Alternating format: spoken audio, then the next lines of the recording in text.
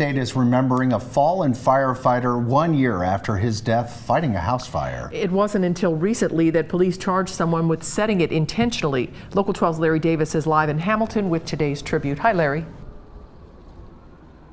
Hi, Cammie. Well, the memories of what happened on this date a year ago are still fresh in the minds of Hamilton firefighters.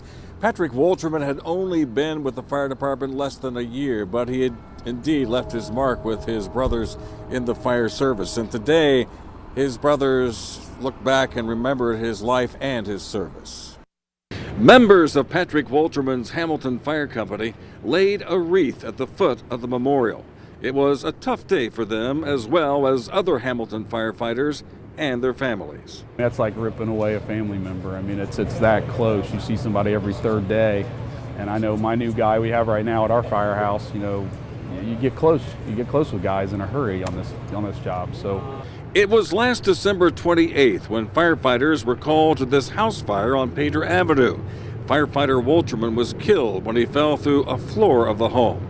The fire was ruled arson. Just recently, the homeowner, Lester Parker, was charged with arson and murder. At today's memorial, there was a moment of silence. It ended with the brotherhood sharing hugs. Wolterman's widow, Bree, did not attend the service.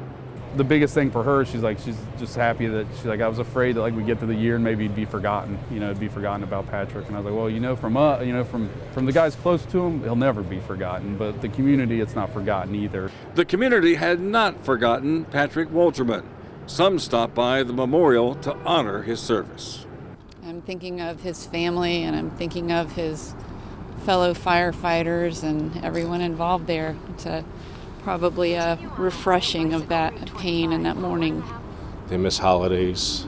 They miss seeing their kids grow up. Now, this guy, he's young, he left a widow, so you got to respect that. And there was a lot of respect today. Cammie, Gail Unzicker, who you saw there in that piece, was a retired Cincinnati firefighter. She said she was a classmate in the recruit class of Daryl Gordon, who, of course, lost his life fighting fire within the past year or a year and a half. Stopping by here today, she says, was something that she just had to do. She says it's like losing a member of the family. Live in Hamilton, Larry Davis, Local 12 News. Cammie, back to you. Yeah, Larry, firefighters, much like police officers, have just such a real brotherhood and sisterhood, don't they? They most certainly do, and you can see that today.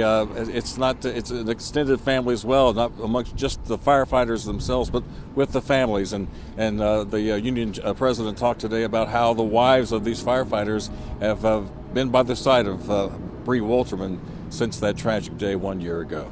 And we all really thank our first responders. Larry Davis, thank you. Lester Parker, the homeowner, was charged with arson and murder. He is scheduled to stand trial in February. Hamilton police say they're confident they'll make more arrests in the case.